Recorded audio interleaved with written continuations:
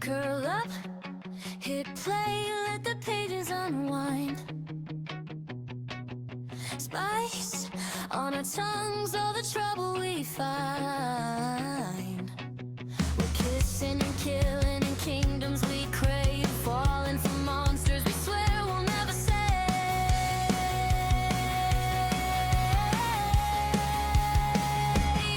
We're the scribes of HRI, reading too late, but we're still gonna dive into blades and beds and bargains at night. If he's morally gray, then he's probably right. Scribes of HRI, turn up the heat, let the dragons fly. Fantasy, slow, and the dark in his eyes.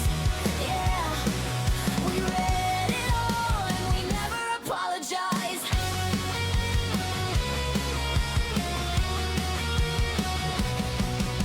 Curses and crowns, all the vows that they break. We're raiding the ruin, every risk that they take.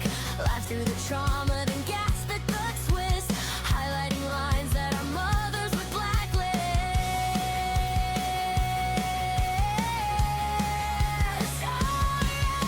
Scribes of HRI, reading too late, but we're still gonna dive into blades and beds and bargains at night. If he's morally gray, then he's probably right. Scribes of HRI, turn up the heat, let the dragons fly. Fantasy, slow, and the dark in his eyes. Yeah, we read it all and we never apologize.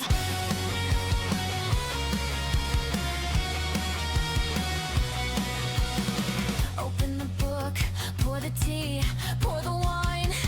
Scribe wives of HRI.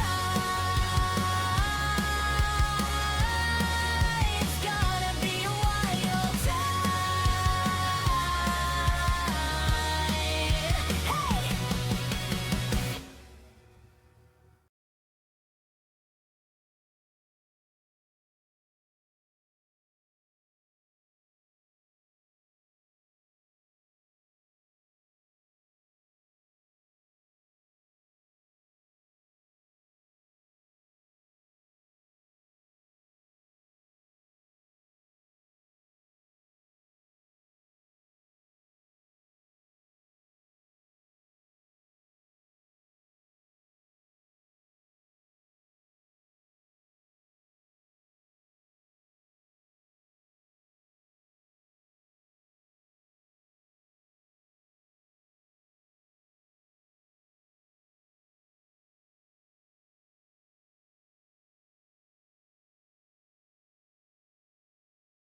Ready. Ready.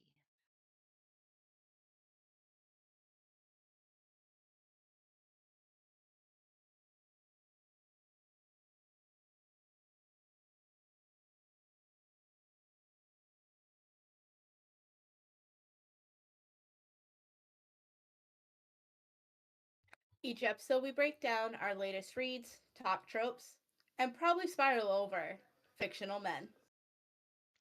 And today's episode might be one of our most chaotic yet because we are talking about Feathers So Vicious by Liv Zander.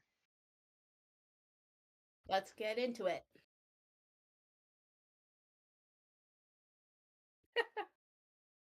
I hit the wrong button.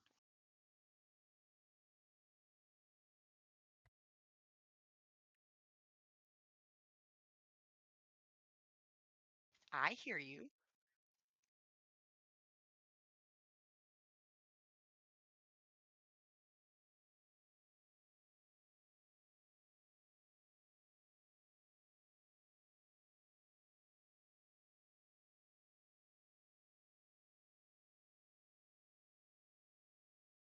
Always, always.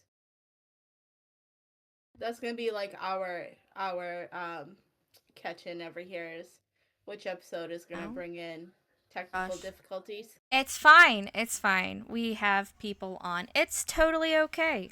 Totally okay. We're going to get into this Feather So Vicious talk regardless of technical difficulties, and we'll just edit it out later and I'll reread my part, whatever. It's fine. It's fine. That's how I feel about it. This is what this is. This is who we are. This is what they're going to get. Exactly. Exactly. We We're timed that one good. Yes, we did. Yes, we did. Our heads are never on properly. We're, three busy moms that try to keep it together, but realistically, we come together on these podcasts just to have a good time. Regardless. You want any chaos? Here it is. Exactly. So, all right. So, what is Feather So Vicious about? Can anybody sum it up perfectly? I think it's too chaotic to do a perfect summarization of it because there's a lot going on. Well, There's I did ask ChatGPT to summarize this for me. Oh This no. is going to be good. So this is what AI has told us. What is Feather So Vicious about? A dark fantasy romance centered on Galantia. Is that how we all say her name? That's how I pronounced it, yep. I think I said Galandria a few times, but yes. However you got those extra letters in there, Linz, I really want to know how. I'm so sorry. I don't know. She is a human woman forced into a brutal political marriage within a kingdom ruled by Raven shifters. She becomes entangled with two powerful, morally gray men, Mailer and Sebian, while navigating court politics, power struggles, and survival in a world that constantly strips her of control. Can you hear me Can now? I just say, I was pronouncing him Malir also at the same time, so I love the name. So I had to look at how to pronounce it, and they were like, "There's two different ways." I was like, "Oh, this does not bode well for this book talk, because we're all gonna probably say it differently." Because I was saying Malar. Yeah, see, I was saying Malir. I have no idea. Main character. How do they say it in the audiobook? Do they say Mailer? Mahler? Well, in the one I was listening to, they were calling him Malir, and the other one was Sabian. Is that how you guys were saying the other one's Hi, name too? Pixie. I called him Sebian. I don't know.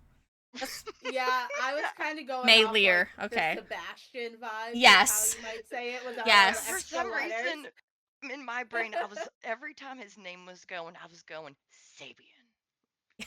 That's all I could think. I mean, I like that. So chat says Mailer and Sabian. That's why I don't listen to audiobooks. Roll with it. I want to pronounce their names how I want to pronounce their names. I wanted to try to call her Galantia at some point. I was like, Galantia, that's too on point with the spelling. I feel like that's Baby, wrong. You should have heard me sounding it out. It was an experience to witness, and what I came up with, I'm like, you know what? That's what stuck. We're rolling with it. And I'm pretty sure I gave her 10 different names in this book. There was like Galandria, Galantria, Galatiura. I could not get Galatiura. this name right. I'm I pretty sure at love one point it. it was I like it. Gryffindor. Hey, Yeah, I was- she needed those, because if she pissed me off, I did not pronounce her word properly as like her name properly as a you pissed me off. Here you go. Ugh. Well, okay, so what genre do we fall into before we talk triggers? This is So- like an emotional, dark devastation roller coaster into an enemy's lover warfare at a spiritual level that will devastate you. And threesome love triangle. Yes, you are Romance. going to be shattered and put back together just to be shattered again in this book, and that's what makes it beautiful, but it is not for everybody. No. No. No, I do not recommend that, but for some, this is going to be an amazing book for you, and you will never forget it. Yeah, it definitely has a trauma-driven narrative to it. And so we're going to go into trigger warnings. This Yay. book, the things that we're going to talk about in this book, Just we wanted to be very upfront with what we're going to be talking about, what we may talk about. You have sexual content and dark romance themes, a lot of violence and graphic situations. There was violence and graphic situations within the first 3 chapters. Trauma and abuse is throughout the whole book from beginning to end. Power imbalance dynamics, And emotional. none of it is light. It is all No, heavy. it's very Very heavy. heavy. Emotional distress and manipulation, captivity and control, morally gray toxic relationships. So viewer discretion is definitely advised. Again, please take care of yourself while watching. If any of it is triggersome, just turn us off. We like to be 100% up and honest. We will talk about whatever, whenever, whoever. That's who we are. We are 100% transparent with those that are watching and listening. And we absolutely mean no harm, Yes. usually. Yes. Yes. All right. So let's see. Who should read this book then? Linz, you are really big into dark romance. Kat, you're getting into it. Who do we think would benefit from reading other stuff? An experienced dark Okay, if I am reader. going to put this on like a darkness reader scale for an entry level, where they would put like Haunting Adeline at a 5 and maybe Actar at 1 on like the Mhm. darkness scale. This would probably be a little past Haunting Adeline, I Oh, would say. yeah, I agree It's 100%. Yeah. it's different when it comes to like the level of trauma that this has the ability to impact mentally if you are not prepared for it. It is not a level that I would just walk right in blind. 100%, I would definitely go to Liv Zander's website and read these trigger warnings before you go in. You just, I'm a pretty strong reader, and this broke my heart. Like, I physically cried through this book, and it wasn't even a book I openly talked about. So please use caution. However, if you are ready to take on this challenge, this is going to be an amazing adventure and ride. We are going to kind of put ourselves back together through this whole thing and experience it together, which makes it so fun. I have seen this book everywhere, and when we decided to read this game, everybody devoured this book. It is definitely something I want everybody to read if they're able to and willing and would actually like to. What do you think, Kat? I agree. So I'm still pretty new to like the dark romance esque style books. And if I had read this like a year ago, I probably would have DNF'd it until I could get more experience on controlling my emotions, realizing, yes, it's a book, but I agree, the traumaness to it, and I'm gonna be the one to put this out here blatantly, the trauma isn't just adult trauma. Um, No. like we said, politics a part of this. In terms of like, not politics like we have to deal with in real life, but politics of like kingdoms versus kingdoms.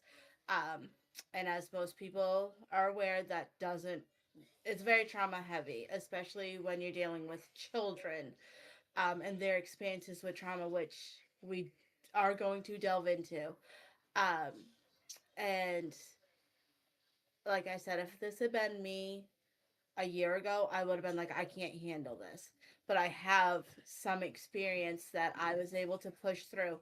And I'll admit, I did have to walk away when I was reading some of these scenes. I had to put the book down, my phone down, and I had to just walk away. I'm pretty sure I watched a Disney movie to try to make myself feel better a little bit because of how much trauma it hit.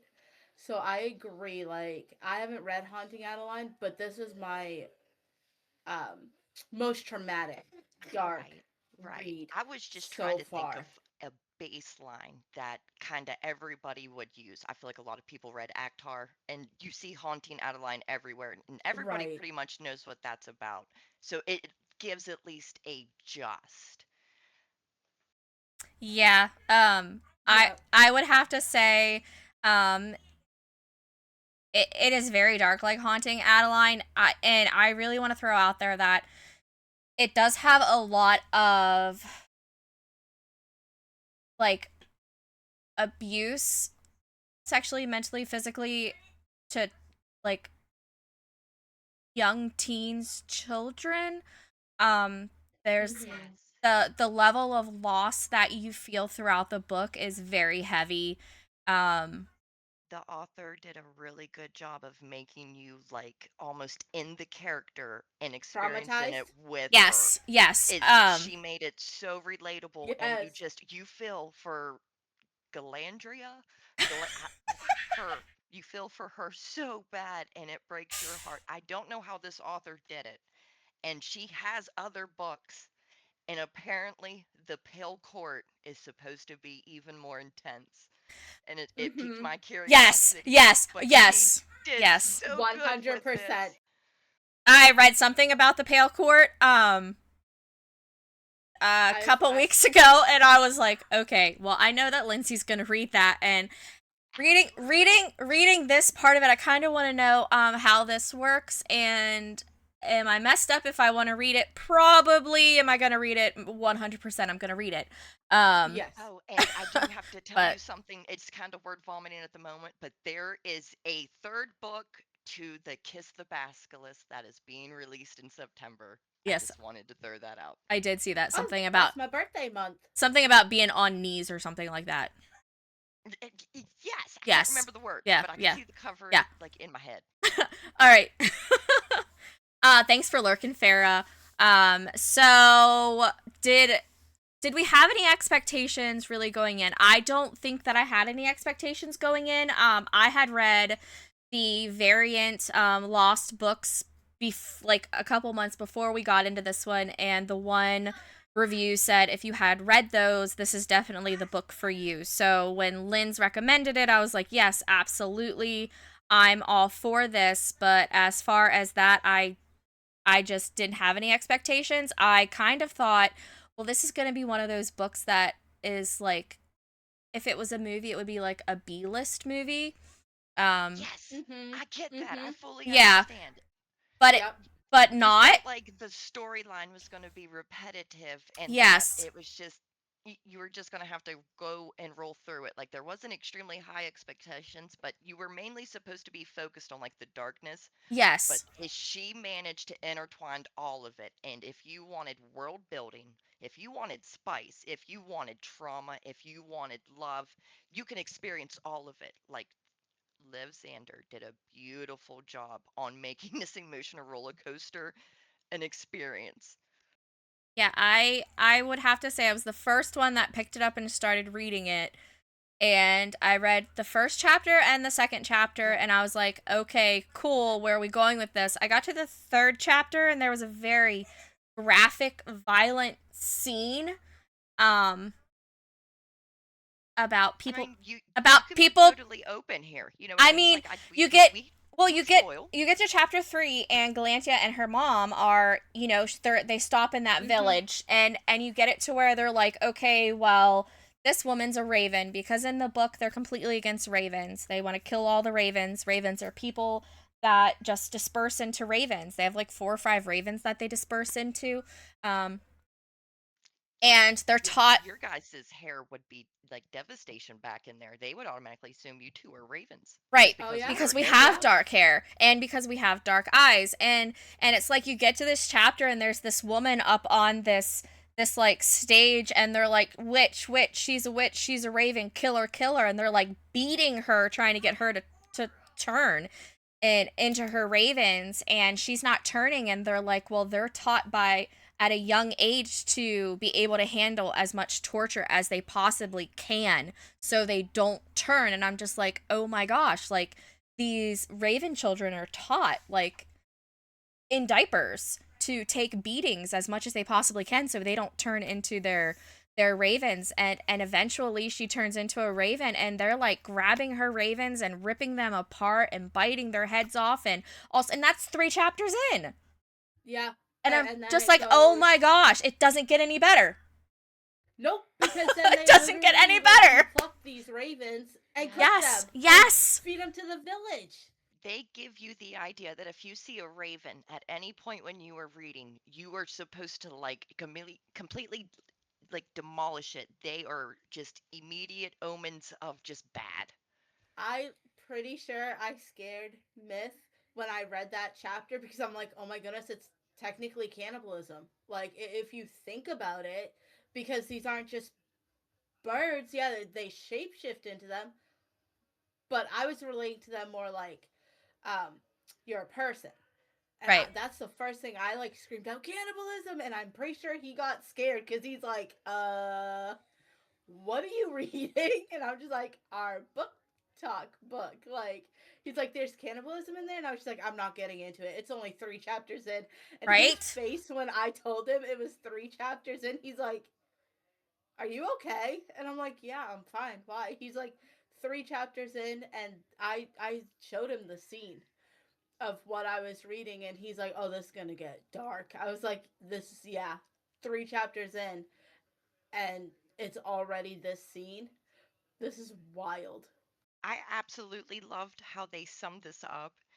They put this story is a descent into emotional warfare where there are no traditional heroes, only predators, survivors, and walking trauma factories. And they could not be more accurate That for is this book. 100% true. Yes. 100%. Like on her website, they were doing the summary of the book, and I believe I put the quote in here, but it like summed up the book of like, if you like politics, romances, and like um dark romance like style like this is the book for you. And I sent it to you guys, I believe, and I was just like, oh my god, this quote like fits the book perfectly. I have like one quote from the book, and it it's so like one of those. It's gonna like sit with you, and every time you come across something similar, it's probably gonna trigger a memory of this book. But it's the if there's love in this pain, then I want it. I just don't want there to be any pain in this love. But sadly, you don't get any love without pain in any of them. It is hand in hand. It is cause and effect, and you do not get one without the other. And it is devastating and catastrophic the way it affects their lives. And it's all intertwined. It really is. And you don't know how intertwined it is until you continue to read. Oh Yeah, yeah. she hides Yeah. it so well, and you're just like, okay, whiplash here. Mm-hmm. Yeah, like I did like that she put their point of views so that we knew who was talking. Like Yes, I love when I they do that. If love they that. don't, you have no idea what's going on, and you're like, is this actually going on in this timeline? A backflash? Is this somebody else's point of view? That Is was, she in third yes. person? What is And going I on? love that she did that like past Galantia and past Yeah. Sabian and that and present, and like it does get repetitive, but then thinking through the whole book, I was like, no, this is a good idea because now you know why they are the way they are in the present.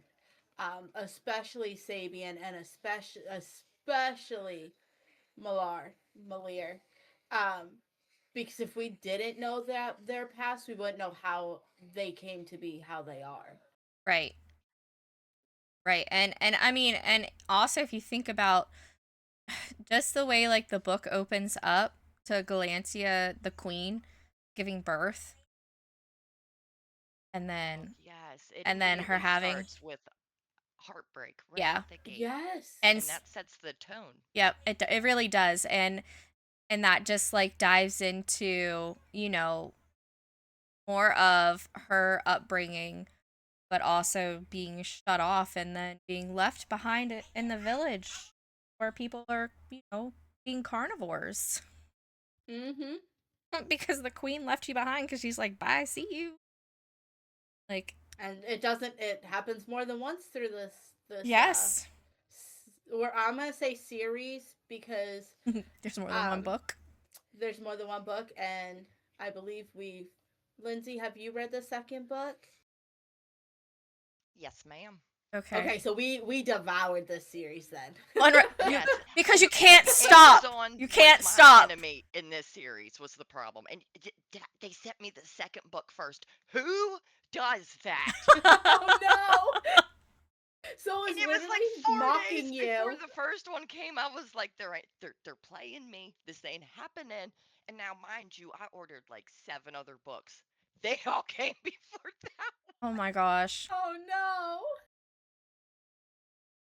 I'm excited for you to finish reading book 2 so we can talk about it because we need to talk about it. Yeah. Yes. So let's talk about our characters, right? The book follows Absolutely. 3 main characters. We have Glantia, we have Mailer, and we have Sebian. And Mailer is the Prince of Ravens, and Sebian is like his right hand. Best friend, right Yeah, I think hand. he's Yeah, just his like childhood best friend. and Mailer has a lot of issues. And so let's talk about Galantia first. She's our FMC, our female main character. How did we feel about her? Kat, how'd you feel about her going into the book? So there were times I hated her for the way she acted, but then I had to remember she was young, very naive, like kept in the dark of how this world was going on around her. Like I think that's was one thing that her parents did right. Like her mom overprotected her. And we don't know why her mom was like this in the first book. It's not till like the second book that you figure out more of why her mom, but her mom like they just kind of pushed her off to the side. So her childhood wasn't good. And we learn about that from the very first couple of pages, like the first chapter. Um, so, like, she's already traumatic. Like, she's already had a traumatic childhood. And, like, there were times I hated her, and there were times that I would just loved her. So I did connect with her on being, like, in terms of trauma childhoods. Like mine wasn't too traumatic in terms of like I wasn't abandoned or abused or anything, but um I kind of felt like I was pushed aside a little bit more because like my dad had a lot of health issues he had to be focused on, so I had to grow up really quickly. um but I didn't have any like childhood abuse or abandonment, anything like that. So I couldn't connect that way, but just having a childhood where it didn't seem like an actual childhood was where I connected. Her strengths, I don't know. I don't. It's kind of hard to talk about her because sometimes she would seem like a pick me girl, and sometimes she didn't. Um, and that was kind of a struggle to get like a feel for her in terms of how she was supposed to be portrayed. Like, I know she's supposed to grow. Like, they're all supposed to grow from their trauma and things like that. But her roller coaster of this as a character just, it was up and down for me. A little too much, especially when we get to the cliffhanger of the first book. I Oh, was just yeah. like, Yeah. what? Definitely. Yeah, The but end of Galantria. I don't like, wouldn't a strength of hers be that she doesn't react?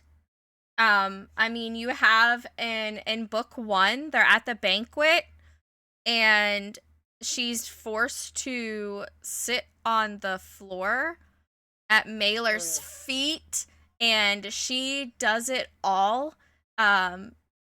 And she stays strong With her through head it. held high. Yes, like, she yeah. Emotional shutdown and wall of Yes. no feelings come across my face. You will Yes. never ever be able to Mhm. read me like She doesn't immaculate cry. poker face. Yeah, she doesn't Right, cry. so I'm gonna make you I cry, but he Nope. doesn't make her cry. Like, You right, might like be he able to wants to break her and she's hurt already her, but you will broken. never be able to hurt her mentally. And like she Mhm. has the fortitude of something that I think I would absolutely strive for to not let the world impact you to a point to where you can literally brush it off and just go on.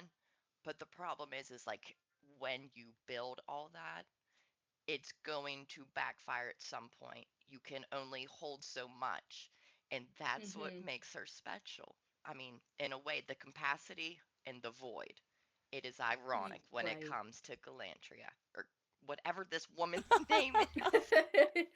um, and I think what I struggled with the most is like I always rooted for how she was with Malir over how Yes, she was with Sabian yes. because I'm like I Malir was understand. real the whole time. You got like Yes. he never pretended to be anything other than himself, and he was transparent.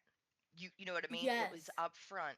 You didn't exactly have that with Sabian, but I'd see why. He was guarded, but at the same time he did it for his own personal reasons. Right. Like he didn't tell her his whole background and she's coming into this, would you call it like culture, I guess, because they are like or a kingdom She's or just coming into the court of ravens. Yeah. yes, That's what and she's she's doing. learning how their traditions are, like when they pick a mate and things like that.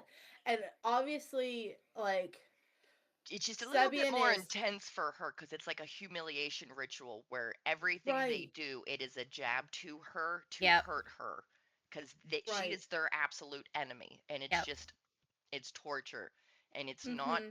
it's mental warfare at its finest if I've ever seen it Oh, in a book. yes. But then like Sebian is being her protector, her guardian almost. You Um, do have those bright moments in the book, and they're so high that they make the lows kind of, oh, it's okay. I can deal with it as long as I have these mm-hmm. moments to get me through. Yeah, so Yes. she definitely has the trapped female main character energy there for a while until they're like, you're not trapped. Your door's not locked.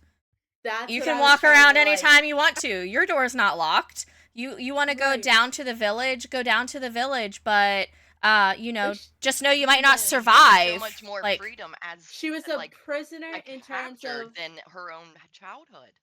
yes, and like yes, you are a prisoner because like this is war. But you could literally go down, like you could go to the village. You could you're like you guys said there, your door's not locked or anything, and you're like, I feel like a prisoner, and I'm over here like, how? You literally have a library down the hallway from you. I'd be like testing the waters to make sure like my door's not unlocked. If it's not, I'm gonna do what I can to leave because I Oh, know I'd be trying to creep through them vents. You are not capturing me. No way. right. so And I I, was so confused about her by saying that she was a prisoner. I'm over here like they literally tell you your doors like nobody's guarding you like at all. I mean, you can't escape, but you're not trapped. Like, you still have the freedom. So, Right. so with It's like Galant, you're allowed to be human yeah. when we are a court of ravens, but you couldn't be a human with your human rights where you were Mm-hmm. supposed to be. Yeah. And that is the hard part that I think I related to so bad through this book. Not many people know, but I did not have a pleasant childhood. It was not fun at all. And during this whole book, I'm actually kind of like bracing for probably losing my dad. And we haven't spoken, and I want to say at least 5 years. And I'm talking like zero contact. It's just how my family is. We are not close. It's not a fun experience, but when I was reading this book, it was so relatable. It hurt so freaking bad. Yeah, I can Yeah. definitely relate to the being pushed aside and being abused mentally, physically, emotionally growing up as a kid. And you read those things and it's like, holy crap. Like, It hits puts a rope differently. around your Yeah. heart and it hugs it through the whole time, and you're like, no, we're doing this. So, Yeah, and like having kids myself and like having to read these Yes. scenes of what they went through, and I'm over here looking at my kids like they watch YouTube and all this stuff, and I'm over here thinking not doing good with them because I have so like mom guilt of, oh, it's a nice day, but I'm just so tired I can't bring you outside or something. Oh It's my gosh, nothing I compared get to what that. these kids these Yes, kids in this book were, and I'm over here looking at them like I would kill someone if they touched you yes, wrong or something. yes. And these kids are just getting like traumatized, like trauma dumped on It constantly. I read this book next to my teenage daughter, and she is like the age I was when I experienced, I want to say, probably the worst part of my times. And to actually watch her not go through that, That's wow, amazing. it is so cool. But when you see that they're like 15 and 16, and then there's these kids that are even younger in this book, and I mean, they're being raked over the coals trying to break. They're being pushed off cliffs to where you Yes, they live, are. fly, or die. Like, it is the Oh my ultimate. god, If I you know. don't survive, we don't care. We'll make another. Mm-hmm. Like Yes. being pushed over the cliff at the what Yes. It, that it, little one was like 3, I think. I did. It didn't matter Yeet. what age they were like. Let's just see if it works. We're gonna yeet you Yeah. off the cliff. And then nobody blinked except for Galantia. She's like, This is a total guys? normal occurrence. And I'm like, I understand it from like a bird perspective because I'm pretty sure that's how baby birds are taught to. Yes. So like she took an accurate way to teach a baby bird to fly. But the fact that you're pushing off a human to try and transform into this raven, I was just like, I can't believe she did that. I can't, and I was so Imagine if flabbergasted. you weren't Raven. Oh gosh. I don't want I to know, imagine that. No thanks. like yes, imagine if like there was just a blip in the system where in like the bloodline or whatever that you just weren't a raven all of a I sudden. mean, you might look like it, but that doesn't mean you are one. I'm sure they've had that occurrence a couple times. Yeah, All right. yeah. So with talking about Galantia to wrap her up, I mean, obviously, I think that all of us are gonna agree with this, but is survival a form of strength? Absolutely. Yes, 100%. 100%. So And then let to grow from that to grow from that survivability, like surviving, yeah. is also a strength because there are people that'll stay the victim the whole. Sh- She They'll doesn't ever always really bring use it that up. against her. She never wanted to be the victim. She's like, no, that's not me. I'm stronger than that. Don't you dare say I am weak. Right, I right. got this. She like going up against Malir.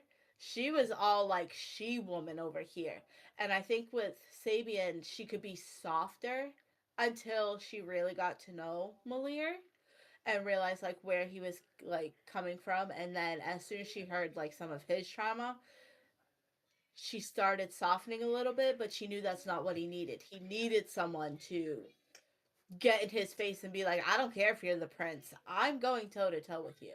Yeah. It's weird the way they balanced like a three when it should have been just two. Everything just balanced. What one couldn't do, the other one did. Mm-hmm. Excuse me, I'm sorry. So let's look at Maller. I'm gonna call him Maller because that's what I called him all throughout the book. Audiobook be damned. I don't care, his name's Maller. You're okay. Thank you. Listen, we're rolling with it. I'm still probably going to call him Malir, but it's the same Yeah, person. you're fine. You're fine. So, I will always fight for my pronunciations because that's how my brain works. But, Exactly, and that's why I love you. We make this work. Perfect. exactly. So those that don't know, ravens have magic. They have powers. Mailer is born with Shadow Daddy powers. He can control shadows.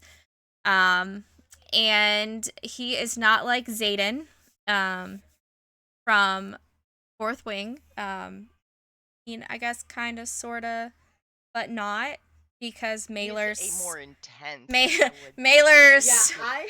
Yeah, Mailer's Like, evil basically. smother Let's Zayden in gasoline and light him yes, on fire. yes, And yes, you yes, have Mailer. yes, yes. I mean, 100%, he 100%. had stolen powers. He like I literally envisioned like tentacles coming like shadow tentacles style vibes coming out from the descriptions out of like his body. That's what I pictured on his powers. But also his shadows are like he calls them a curse throughout the whole book, right? Um you He know, kind of couldn't like accurately like satiate or right. satisfy them. His Like they were always Right. against him. yes, his shadows actually spoke to him and talked to him, and he was, forced to be basically a villain. Um like he talks about waking up and killing his dog. Yeah. Shadows And killed waking his up dog. because they wanted to kill him. Yes. Yes. And then what we should say is the reason his shadows are wanting to kill him is um some of his shadows are stolen. Like only one true power of his is from his bloodline. Three of his are stolen from his ancestors. That's why they're so violent, I would say.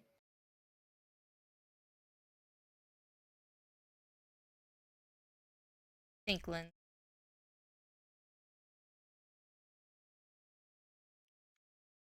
About Malir. Mhm. Mm-hmm.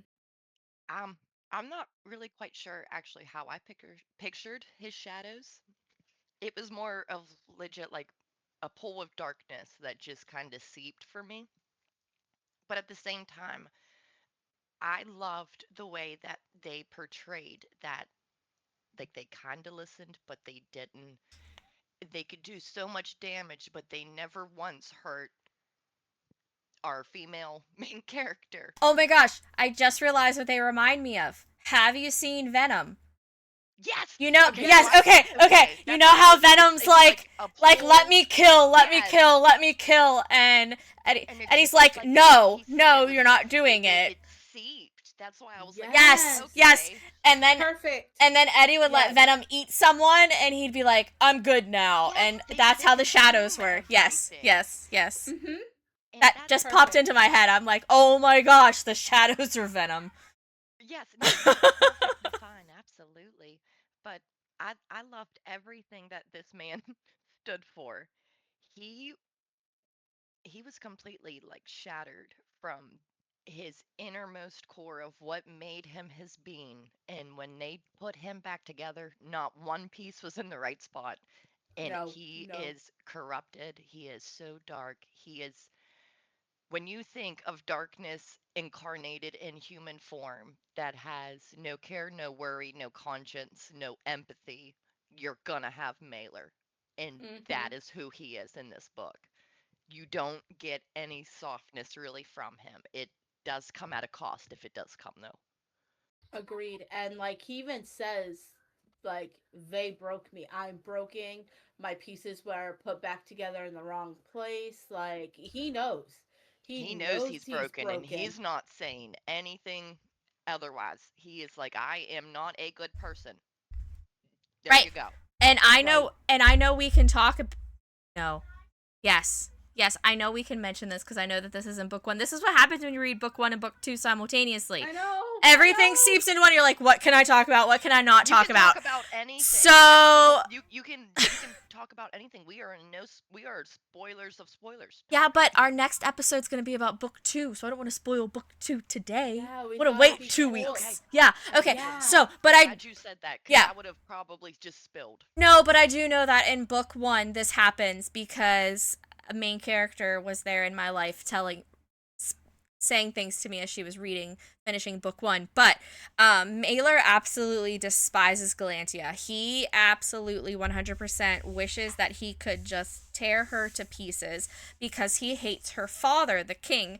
And the king actually had him as a prisoner in his dungeon with his brother because the king would do despicable is the word I'm looking for, things to the ravens that he would capture. So he had Mailer in his dungeons at a young age, and he actually raped Mailer multiple times. And that is part of the reason why Should we Mailer. mention Lorne? So broken. Yeah, It, Lauren the is co-pilot. also. Yep. So we should also mention then it wasn't just the king. It was not. the It was the No, guards. it was. Mailer, but I'm pretty sure the king ultimately only raped Mailer because that's the only one they spoke of. The guards did, Mhm. in fact, take turns with Lorne one right after the other. Lorne is the worst. Lorne is a raven who was stuck in the dungeons, has her own I think she physically shadow. witnessed that experience, didn't she? Yeah, that's why she's so Yeah. attached to Mailer. Yeah, and yeah, It's why they make such a trauma heavy, not good for you. I don't want to They're say toxic. couple, No, they're They were only toxic. bonded but through trauma. Yeah. yeah, they are toxic to each other because like she knows she uses that against him because like he was probably what, young teenager. I don't know exactly the age, but about the time that teenagers could potentially be exploring. So all he knew was that violence, and it kind of becomes his preference later on when he has partners, but he also hates himself for it. Like And he, that's what the king told him. yes, is like, yeah, you're The basically word being like, he you're is asking making him like the darkness because there's nothing yes, worse outside isolation. So even if it's bad, it's still good because you're still getting some type of physical attention. Somebody is looking at you, talking to you, giving you time. They think that is the worst punishment. No, there is still one worse than that, and that is what Galantria experiences, like total isolation, no contact. And Malir, his experience is so bad that he actually learns and adapts to enjoy it. It's his way of handling all of it, and it's almost his love language. Like, if his love is not harm, it's not from him. right, and that's like where his growth comes in, is um he realizes like um it's okay to not always want to harm to feel that pleasure. And then but they both, like, even Galantia is over here like, I'm a horrible person for liking what he's doing, because she likes both sides. She likes how he's She's only ever violent, experienced controlling. emptiness and nothing. So to her, she's Mm-hmm. like, ooh, you hit me, you gave me physical contact. That means you like me of some port to at least give me disdain. Right. And like, each of these characters are have trauma their own way. But like when she's with Sabian, it's more like that traditional loving, like comforting style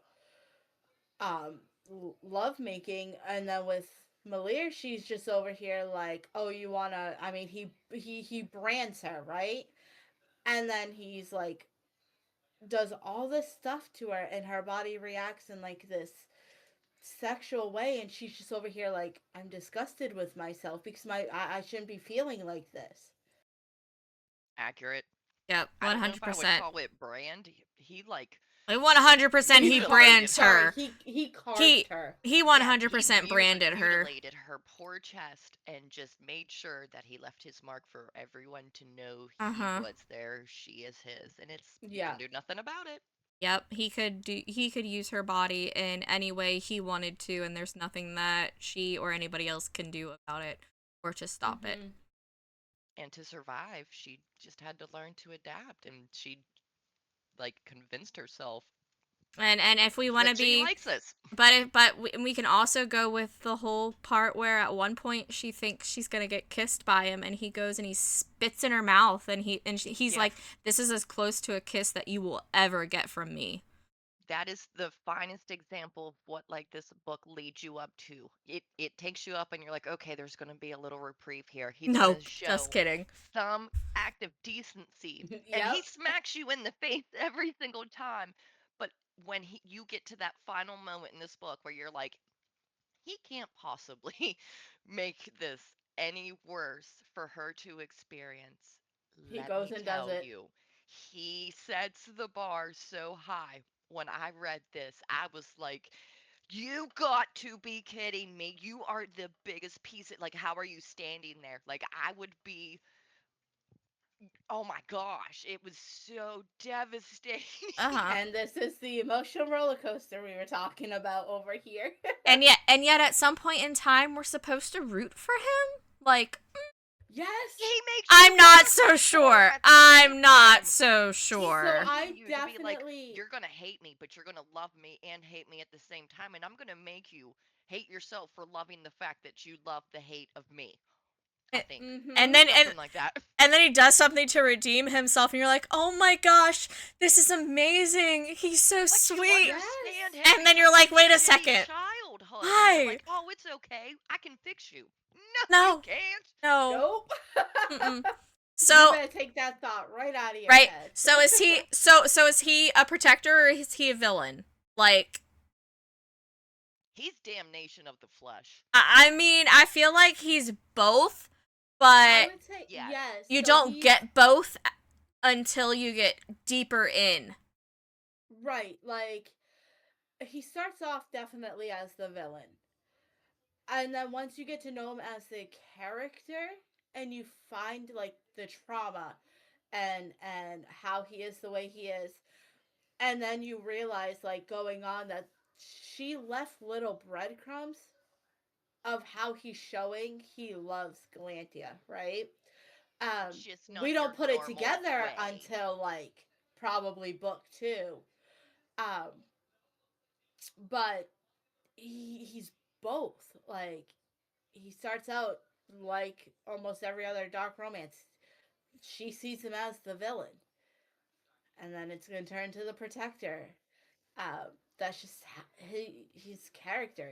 He's both. Yeah. Okay, so And he came straight out the gate like, yes. I am a force to He reckon with. comes down from Yes. that tree staring at her like, I'm going to kill her. Like, can I take her? Can I, mangle her to Yes. pieces? Yep. Okay, so let's talk about our dear. I'm going to call him Sebian because that's my brain.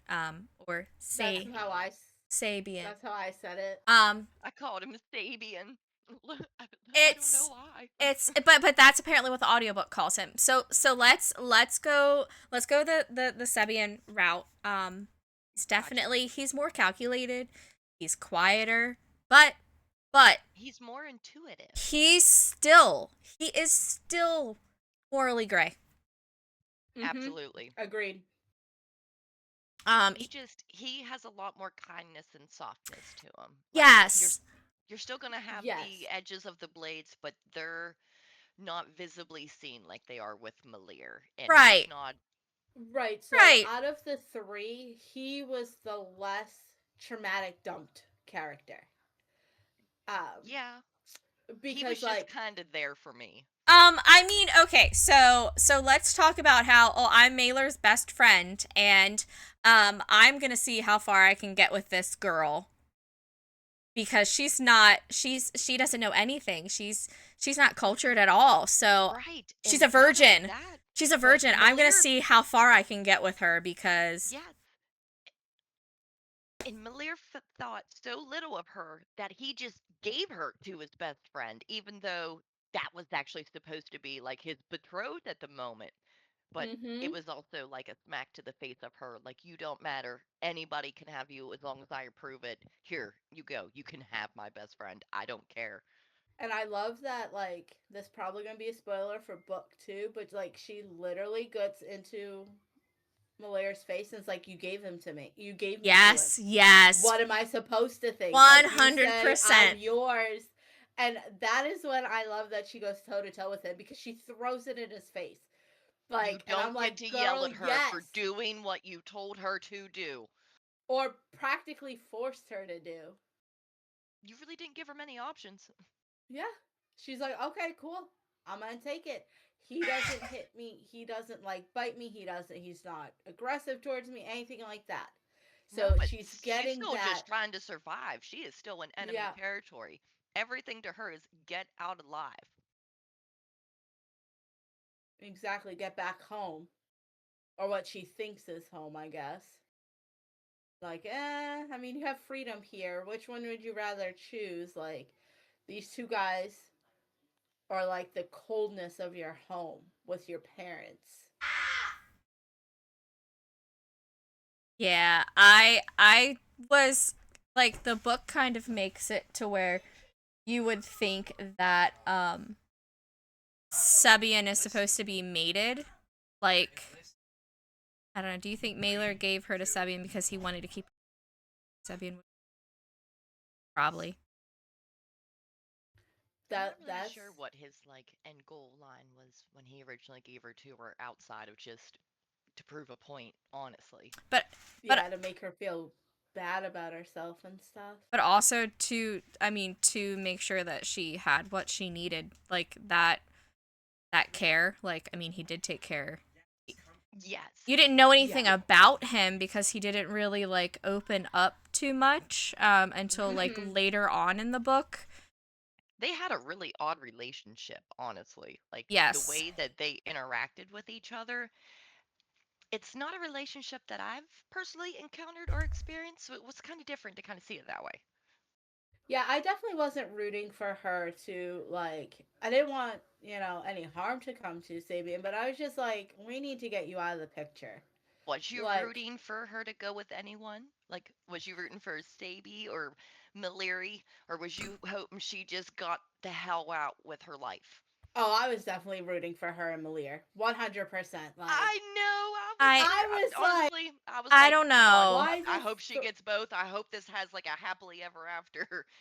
No. And I don't know if that makes me like a bad, horrible person because of how it treated her, or if it's just like at this point where we can You want to compartmentalize see and be that like, other this is a side of them book. so bad. I think Yes. that part of me wanted her with Mailer because I knew that in hindsight that's probably who she was supposed to be with. But at the same time, I've read so many that do have the love triangle that I just automatically assumed she was supposed to be with both of them. Right? Yes. And Yeah. I was Great. waiting. Yeah, and I That's was pretty waiting. repetitive. hmm Yeah. I was waiting I for agree them with to Vicky 100. explain like Yes. how it was gonna work together, and you don't get that. You don't get that explanation until the second book.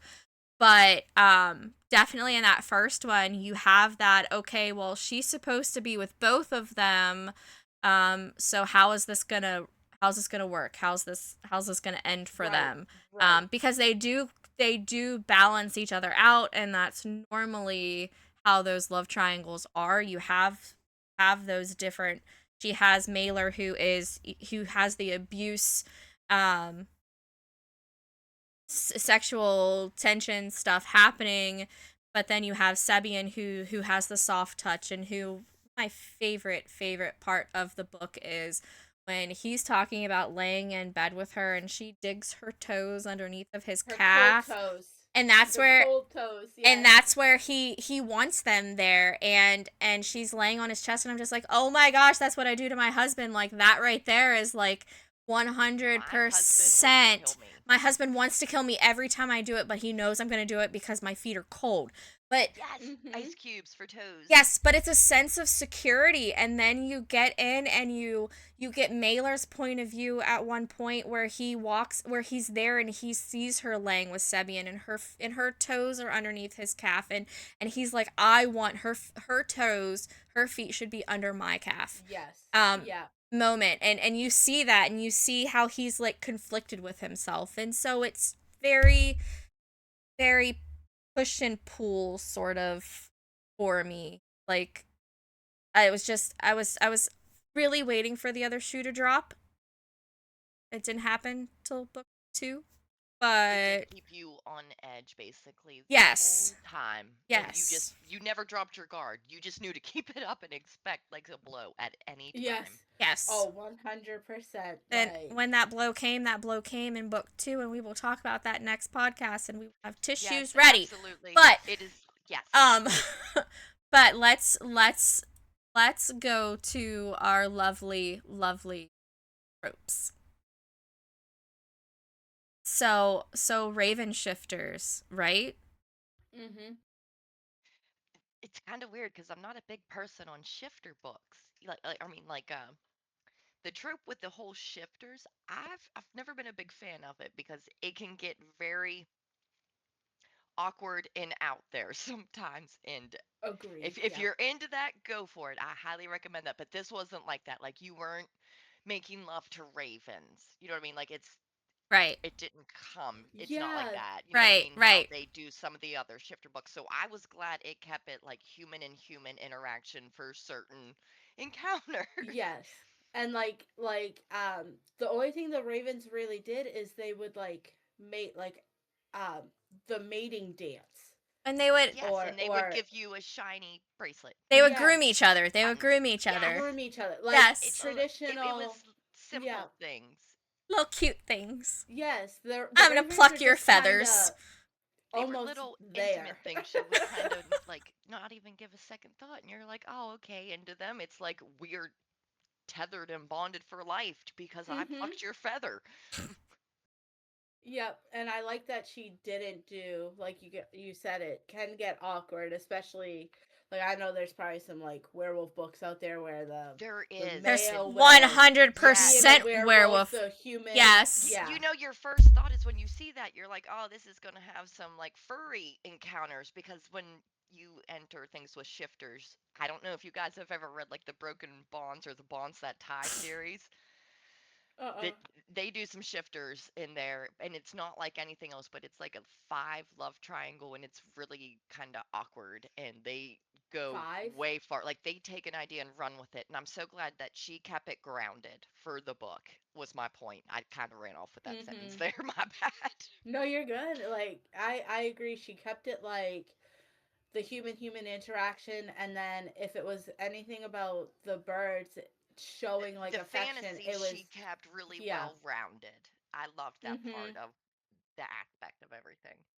Then we have enemies to lovers, which was very, very intense and Severe. hostile and control and definitely different from any enemies to lovers books. This is the trope Read. that she definitely ran with the most. Like Yes. And this is the by enemies far to one of enemies. my favorite tropes. I love enemies to lovers. I do too. I think most of my books are enemy to lover style, especially the dark romances. Like I'm always drawn to the enemy to lovers. Yeah, and then we have fated mates. Very twisted. It's not. And it's so sad.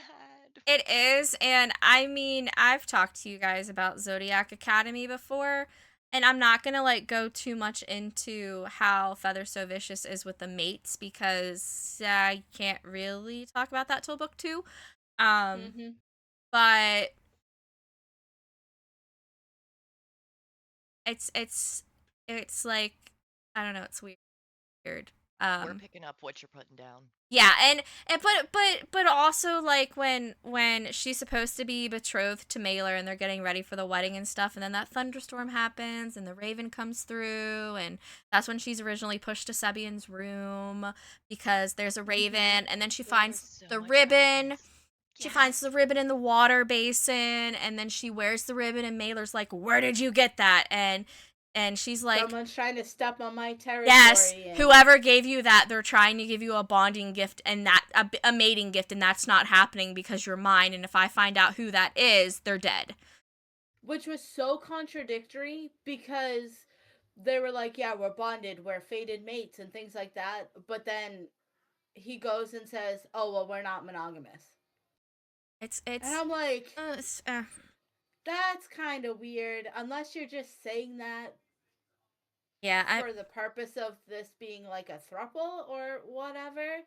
Um, but I felt that to be very contradictory because I'm like, you have this like protector, she's mine. I will do like kill you, blah blah blah blah blah, right? That style of a guy romance, and then you're over here and you're just like, here, my best friend can have you because I don't care. Right, We're and not that. We're not that type of species or what. Ravens aren't like that. right, and I mean that's what and then that's with our next one, arranged marriage. Galantia is originally supposed to marry the prince of whatever. Um, and then she ends up being betrothed to Mailer, and then she ends up wanting to be with Sebian, and I mean, only have so many husbands. Why do they want her to have so many husbands? Right. This book. And like, I can understand that. I'm like, I'm okay with one. One's usually a bit much, especially when they come with birds. I just envision a lot of birds. you're right. um, yeah, and I know like this book was heavy into like kingdom politics, right? So looking back, you always want to make your kingdom stronger and make sure you had allies. And it's like, okay, cool. So I understand the first arranged marriage, but like Malir's only doing it to like because you're his enemy's daughter. And like that arranged marriage is so weird because usually arranged marriage is like the parents going above and beyond, making sure this is an arranged marriage, right? In Malir and Galantia's case, it's him like, we're betrothed now. Like you have Didn't no her say. parents give him like a very little what is it, a dowry? They gave Like, him her whole dowry Yes. and it And was to marry not that her. much.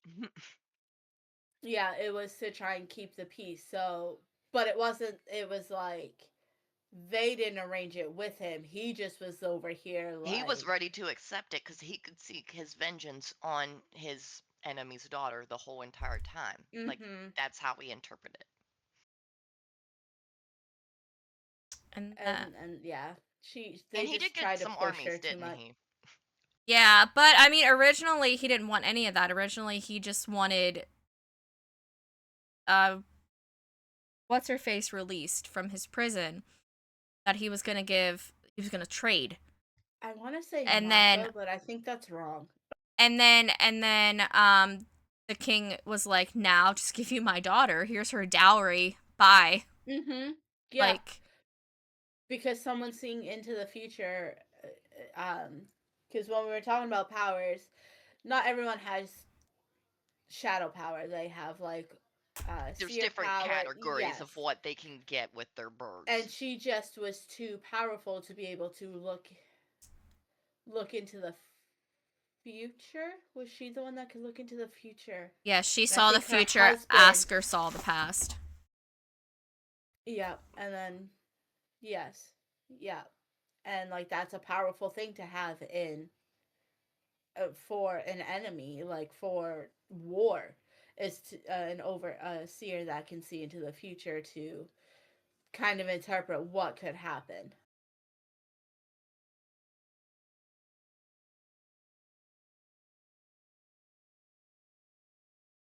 Cat behind.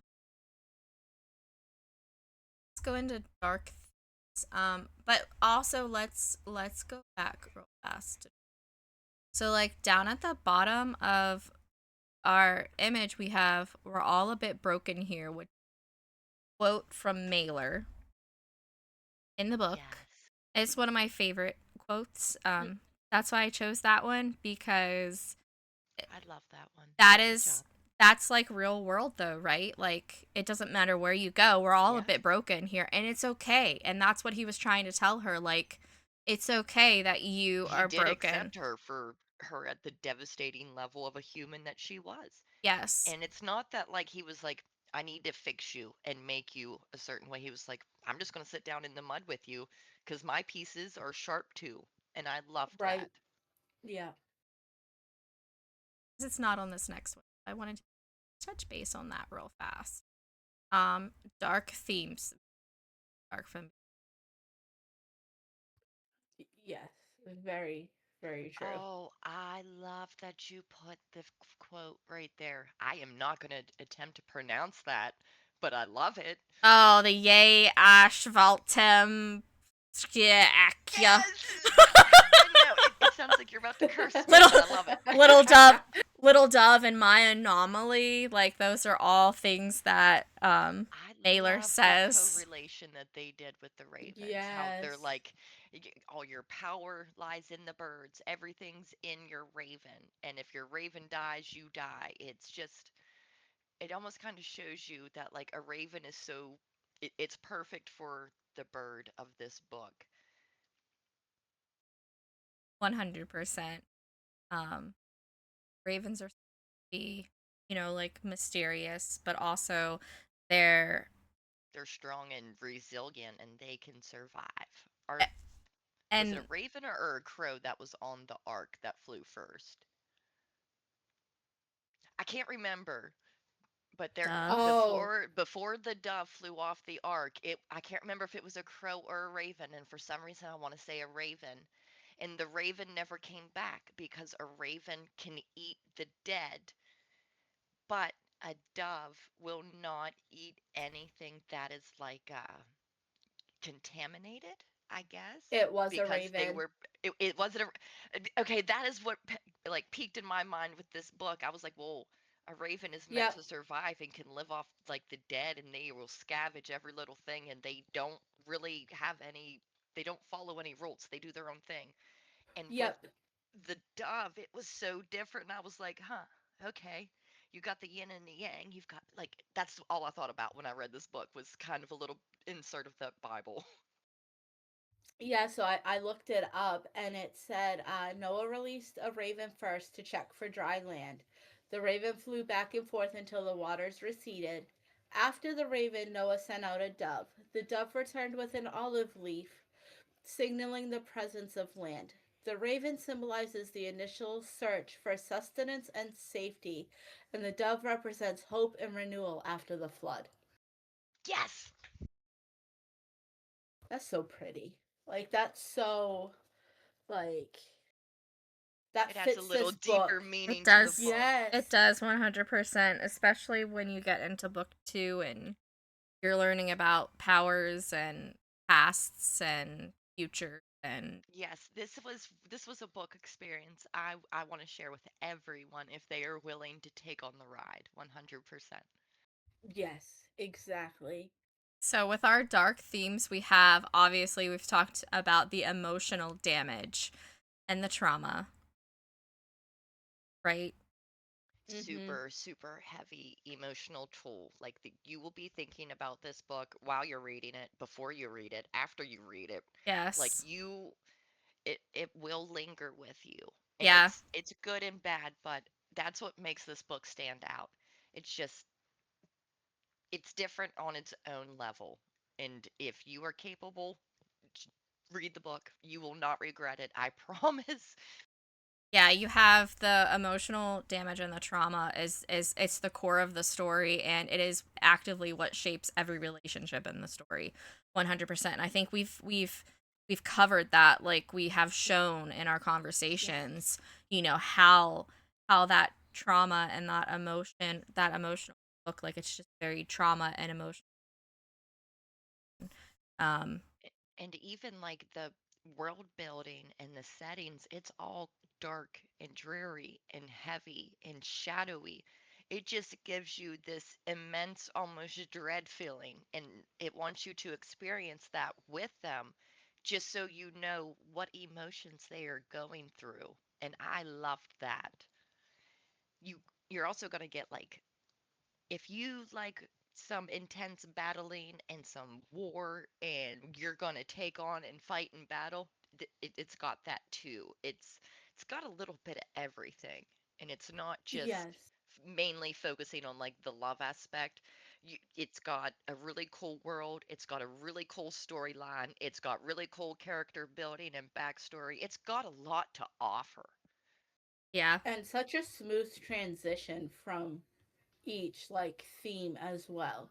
Like, I know most of these themes probably go hand in hand, Yes. but she did such smooth transitionings with the world building and character building that it just all fit together. Yeah, and you look at the moral ambiguity, and there's no clear good guy at all. They all have they all have No, their own there's no agenda. hero. They all have their own Right. agenda, and you're constantly questioning where everybody lies. Like, what are your loyalties? What are you planning behind so and so's back? What have you seen? What do you smell? Like, so much stuff. Crazy. it leaves you very open-minded to the possibilities of what you're about to encounter next. And she throws some like whirlwinds at you. So do we think that the dark themes serve the story well? Yes, Yes, absolutely. Like 100. 100%. Yes. Did you find it overwhelming though? At any point? It it did have an emotional overwhelmness at some points where, like, for example, when you're going through like a Galantria like point of view, and she is describing the way she felt like, just as like a little kid. She was so alone and she didn't have nobody touched her. Like, she went without physical touch from parents, from friends. She had what, like, I get like a wet nurse or like a Like caretaker a kind of nanny. person. A Reese, Yes, governess style. Risa, Yep. her nanny. that Yeah. was her only like day-to-day interaction, and she was starved for affection, attention, acknowledgement, and they made you feel that when you're going through her point of view. And it does pay a little bit heaviness if you've ever kind of encountered that, because it almost makes you re-walk that a little bit. So just kind of brace for that going in. I just want to leave that little warning there, you know what I mean? I That's wouldn't the pick same. Yeah, if I wouldn't pick this book up if you were kind of having a downtime, like if you were in like a mental rut, or maybe just an emotional where, I don't know what to read. I don't really feel anything. I wouldn't pick this one up to trigger an emotion, because it could have a negative impact in a way. You know what I mean? It could put you in a bad mindset. She just had that ability to make you feel the emotions of the characters, is what I'm just trying to say. Yeah, Yeah. that's the same with like Moliere on his point of views. Um, like especially describing when he was a prisoner. Yeah, you I feel it. was It's so sad. devastated. Devastated. I mean, I usually don't cry about people's trauma, and I there were tears coming down, like seeing, like, just reading about this little boy who, And they were so lost his small. family and then is being put through the ringer like this as a teenager. Like, they're grown ass people that can't, like, don't go through this type of trauma, and you're doing it to a child. That was devastating for me reading those, like, that dark theme right there. Please read the trigger warnings, like, because like you said, like, if you're having not, like, you need a pick me up or something, I don't recommend this. If you want to be emotionally Yes. devastated, by Yes. all means, If take you this want to book, be read knocked this off your book. feet and have like one of those books where you're like, I am emotionally wrecked, I need you to read this and experience the hurt with me. That is this book, 100%. And I love it. Agreed. So let's let's talk our favorite scene. Does anybody have a favorite scene from the book? Hey, Myth.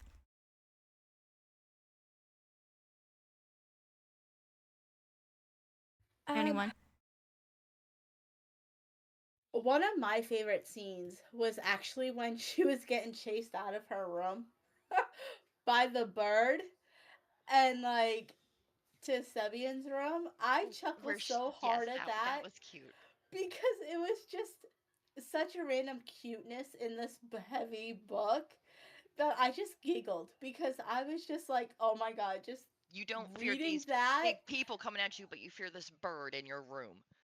Yes, and then just like all I could think of is, so I didn't get the size of the like the birds. I knew that like Malier's ravens were bigger than most of them, which kind of makes sense because he's the prince. Um, but I like just seeing these ravens, like trying to picture an actual raven just hopping behind her, picking, like, pecking at her ankles, My was problem was just that I so pictured funny. like black pigeons just like cooing and trotting, and Yes. they did like I have the worst like mental Pictionary whenever I'm reading these books, because like what they're doing is like They're not vicious. They're just like kind of waddling around, just cooing. I'm not sure what the birds were doing. I almost wanted to get on like ChatGPT and Grok to try and make a scene of this because like seeing that live of um just seeing that was so funny. I think my favorite scene was probably I don't know. It was either whenever she fully picked herself up and was like, you know what? I'm gonna make him tied to me where he can't cast me aside. And she comes up with like this plan to technically like secure her future, make sure she's alive, well, and taken care of, but also not in the way or harmed. Things do not go to plan like at all for her. And I love the fact that she was able to pick herself up out of the muck in the despair to push through and at least try to get herself through each day. And then at the end was probably one of my favorite scenes because it was such an emotional roller coaster where I could not put that book down, and I think I toned my husband out for like 3 hours. I can't tell you anything that took place outside of reading that like last few chapters. Oh, I know. So we ready for this spoiler alert of this second, the cliffhanger on this book? Because like I don't I know. was Wait. I didn't get to say what my favorite scene was. I know, Oh, I I'm was That waiting for sorry, Vicky. that can be your favorite character moment, Kat. Don't ruin this for Okay, I'm me. sorry. No, I want to hear. No, my favorite scene was whenever she went to the coast and she got to learn how to ride a horse. Yes, Yes. I And believe that. she was very just carefree. Um, she had never You been haven't on a even horse experienced before. life. She was never allowed to run.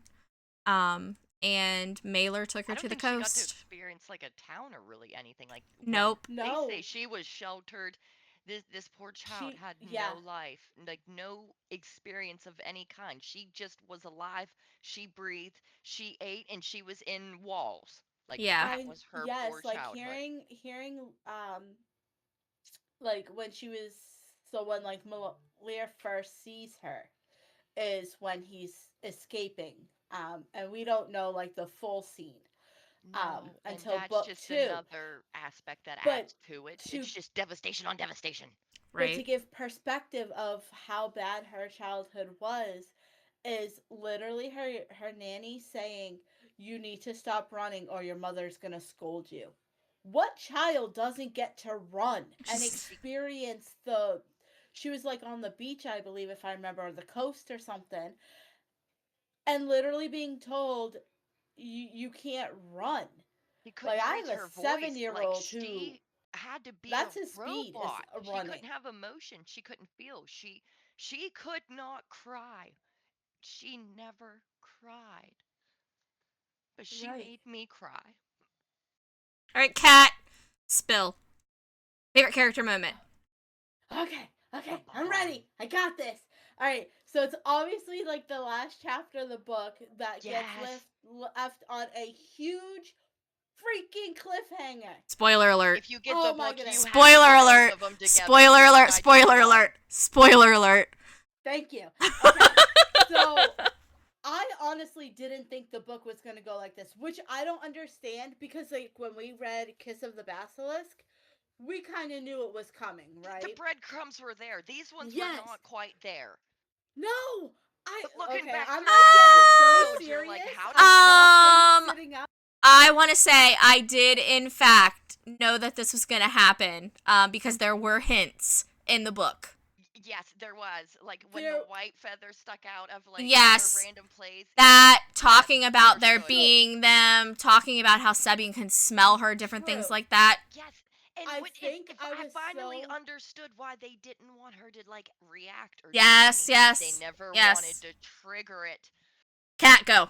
Right. That so like I didn't even think like I didn't put the pieces together of her mother not wanting her to cry or anything was the fact that that was her mother's way of keeping her under control. So that it was her way of protecting her almost.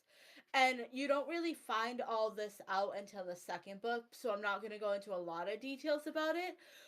But the white feather totally like went right over my head because I was like, oh, they've only mentioned it once or twice. So when they saw her be like a white raven, not just a regular raven, a white raven, I was like, say what? What is this freaking cliffhanger? And I immediately jumped. Like, I didn't even take a moment to pause about what I read. I had to read what the second part. I had to read what everyone's They left us reaction was. on the news hanging. I was like, I am so glad I did not read this before book 2 came out because I thought Fourth Wing cliffhangers were bad. This one was so much worse. Like, Yeah. I literally finished And this book it at doesn't like matter if you were 3 invested in the book a.m. or in the not. morning. If you make it to the end, you're gonna pick up that second book. Yeah, all right. All right, chat. This is what happens. She walks in, it is her wedding day, and she walks in on this other female character, Cece, wearing her wedding dress because tables turn. Mailer has decided that he's going to marry Cece instead of Galantia so that way he could gain her father's armies.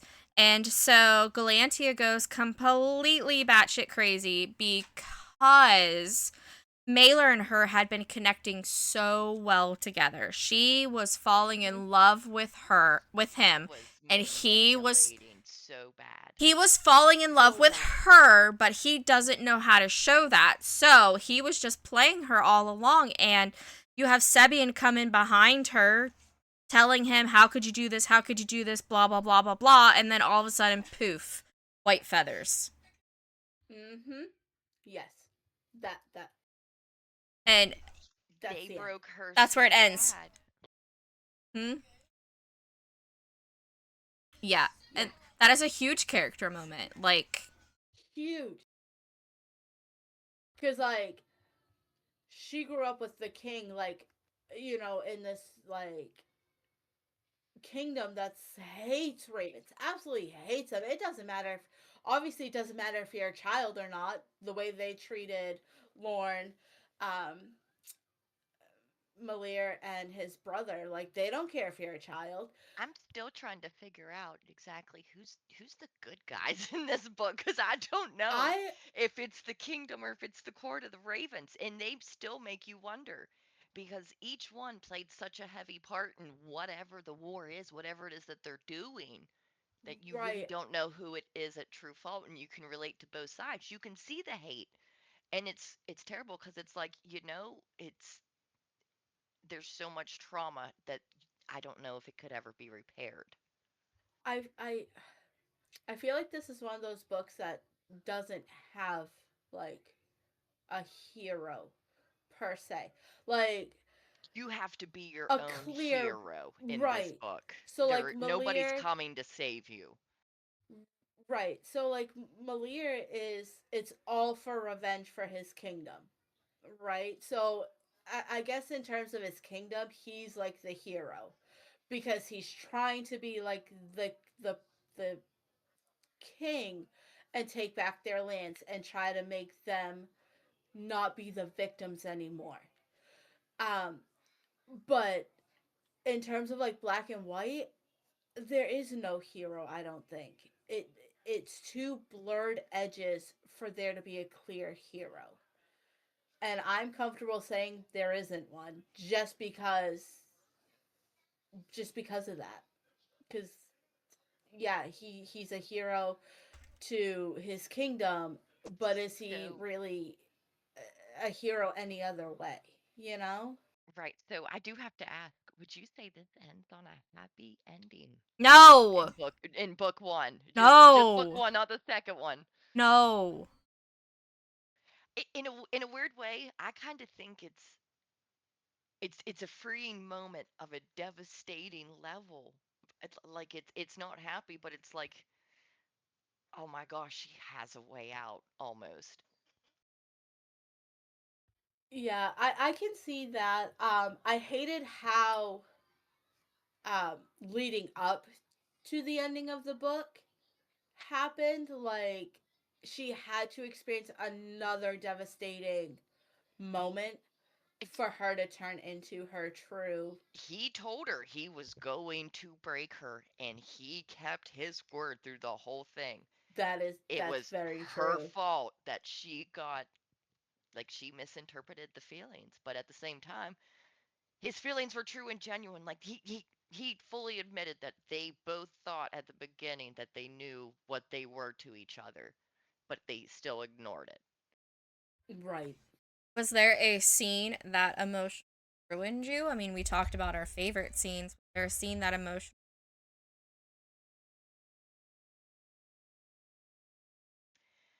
Oh, I'm having a hard It's time hard to pick deciphering if one. this part was in book 1 or book 2. Hold on, Give me a Googling mine second. I right want now. to I want to make Googling sure so mine I right don't now to spoil. make sure. Yeah, it's hard to pick one cuz they're all kind of going together cuz like all of mine that devastate me were when they were like going into detail about their trauma, especially like Malir. And as much as I hated Lorne, what was done to her was not acceptable. And the one that kind of devastated me for her isn't until book 2, so I won't talk about it, but just reading how these kids were um like traumatized, that's always hard for me.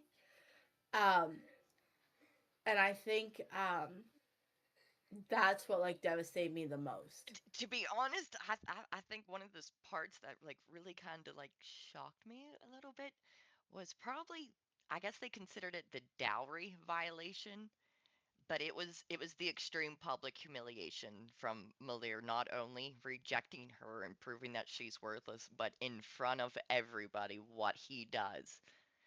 Mm-hmm. Like I think that was a pretty rough part, and it's just it's terrible. It's terrible. Yes. And like I've read like I was gonna say like her kneeling down like at the party for her, but Her then fully submitting. right, and then I'm like, no, because she kept her head high, and like he was like responding to her in like almost this lover way because he was like, yeah, you're at my feet, but like he couldn't stop looking at her, he couldn't stop thinking about her, and then like he almost was like like lovingly touching her, and then Lorne walked in. It's definitely a really big mind game of hot and cold and give and take. They do that a lot through It this. is. It's whiplash. You don't know if you're coming or going with them.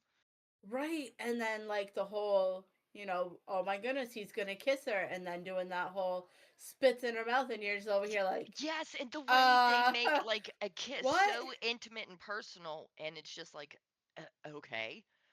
Yes, and I'm over here like riding that high of, oh my god, it's gonna happen, and then that happens, and I was just like, I plummeted on the emotional roller coaster so hard. I was just like, I had to step away for a minute. I was just like, I can't, I need a break, because like the way she did this roller coaster of emotions and the push and pull, and Perfection. Perfection. yes, it was like chef's kiss. Like, I you want an emotionally devastating book, here you go, this whole series. I just am trying to see if they talk about the brother's death in the first book. I'm pretty sure they No, do. that's They just do. They They do. And do. it's whenever they they're like, I think it's like they an apple scene or something Well, is what they okay. categorize it Yeah. as. Yeah, so but I'm it talking depends on like which. Oh, worms, you're talking about moss Where she growing. says who, what happened. But it has to happen in book 1 because he gets raped in book 1. Yes, it does because that's where his hatred starts for her. Whenever she says that she is the one responsible for the amount of dread of the loss that he's experiencing, Because I can and it's her 100. fault. I promise you, it's in book Yes, 1. I can say that that scene is what extremely devastated me, having these two brothers trapped in a cell together, and The older brother being like, use your powers, and Mailer's like, I don't want to use my powers, I'm too scared. He So knows You he that know? has happens so much in devastation and he can't control it. He was like, I'd rather sacrifice us than sacrifice everyone around us because I can't control it. right, and I it think the like fact it that what took him out was like just it was so simple is the worst part. right, and I don't think the more in depth of like what like the guards made him do to his brother is in book 2. Like the Yeah. more in depth, but I, talking about I know he how escapes the dungeons in book 1 and they see her on the mhm, cliffside and he just so and badly wants to that's kill yes, her. because she's carefree and She got a like childhood while he fought for his entire life, and it's just the yeah. embodiment of his hatred. It is Yeah. everything. But I think another thing that devastated me was just Lorne's scene in the dungeon. Her whole entire life, You man. have you have It this was girl who she's taken as prisoner and she is just used. she's not even like a main character. She's a support character, and every encounter with her is devastating. It is despair, and it is dark because if they visit any backstory with her, she impresses you of how she has still managed to be alive to that day. I will tell you that. Mhm. Lauren is resilient. Like, Yes. she is the embodiment of that. She is Yes. strong and she has gotten through everything that's been in her path. And And what's been in Yep. her path, it would have broke me and I want 100%. and I want to hate her because you're supposed to hate Yeah, her, but at the same but you can time, understand why you would hate her at the yes. same time, but you're like, I can't Yes. truly hate you because I get it. I know why you're so cold. It is 100% understandable. Yeah, and And we learn in book 1 that she does have a mate. She won't bond with him though or And she accept it rejects him. because she doesn't She believe she doesn't feel deserves good it. enough. Yep. I know that well, because that's they so beat sad. like her peak of how she was going to like shape like being that teenager, what they did to her shaped her life like so badly. They you know um they belittled her and they used her and all this stuff. So like when she found the mate and the this mate relived what was done to her because of his power.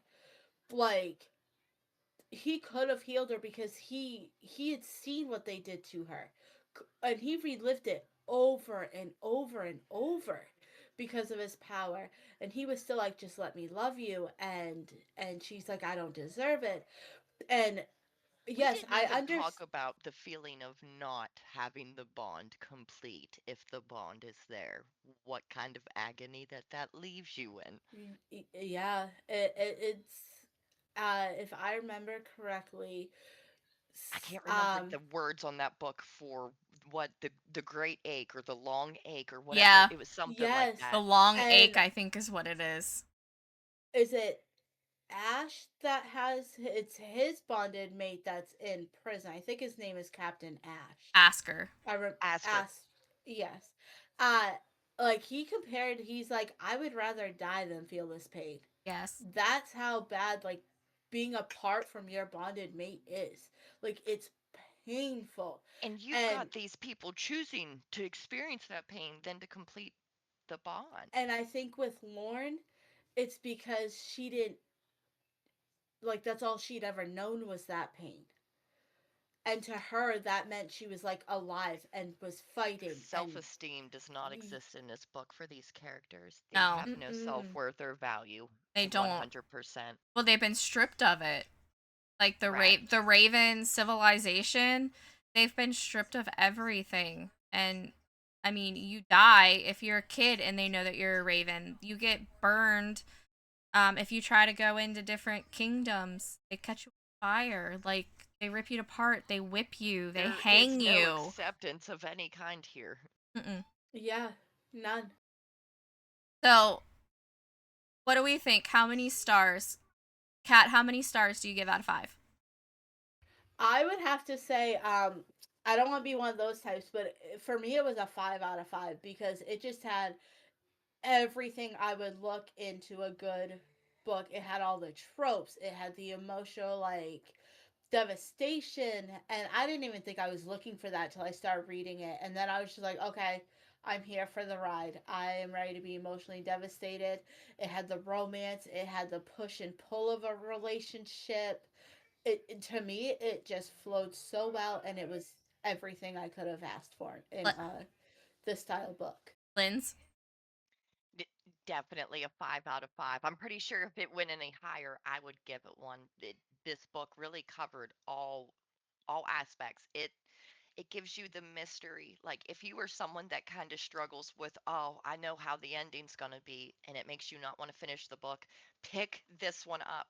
You it takes you for a ride and you get to experience it. And I hate the fact that I'll never get to read it for the first time again. But this is Yes. definitely a 5 out of 5 book. I loved every part of this book. What does she need to do real Oh my god, I love you. quick? Just acknowledge his existence. Ugh. I'm not getting close to the camera. This is not supposed to be getting. I would say that I'm gonna be the odd one out. I'm gonna give it 4.5 only because of the trauma. And because it was hard to read at some points, I would read it again 100%. But I definitely would give it a 4 out of 5 just because of some of the trauma that it touched on. Hard to read. And I don't know that I would want to read that again. I mean, but yet again, I'm going to be like, but I'll read it in a different book. I just don't want to revisit the trauma that was in that specific book.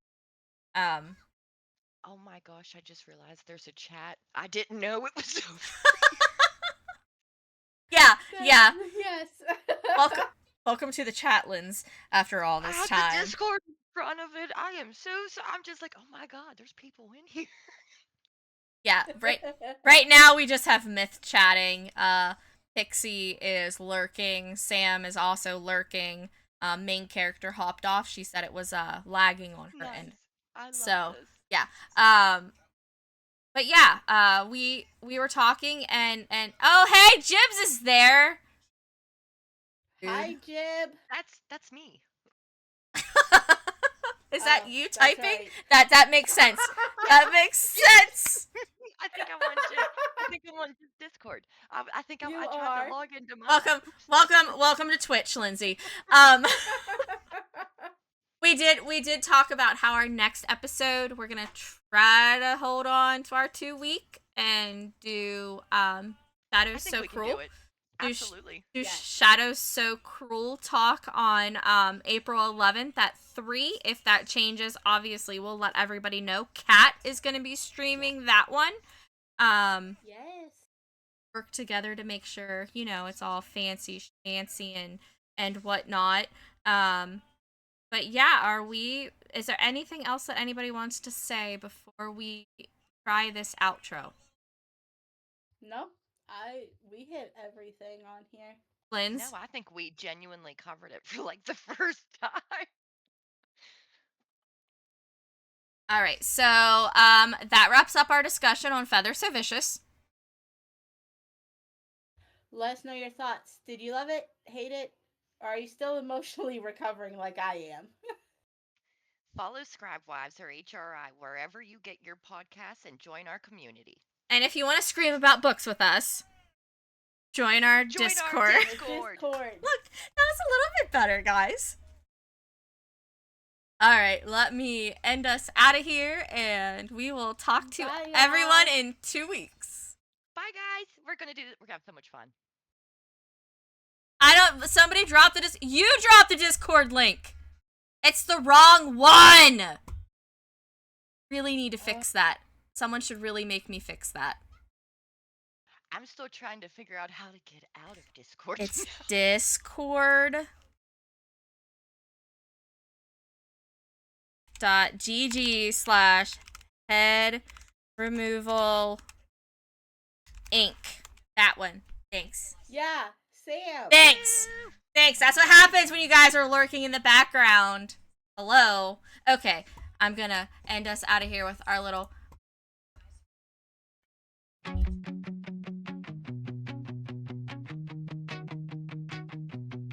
Curl up, hit play, let the pages unwind.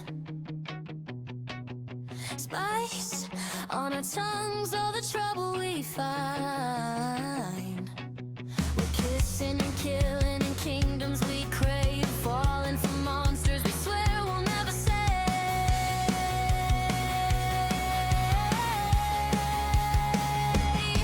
We're the scribes of HRI, reading too late, but we're still gonna dive into blades and beds and bargains at night. If he's morally gray, then he's probably right. Scribes of HRI, turn up the heat, let the dragons fly. Fantasy, smile, and the dark in his eyes.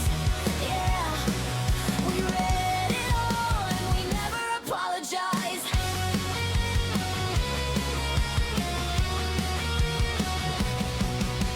Curses and crowns, all the vows that they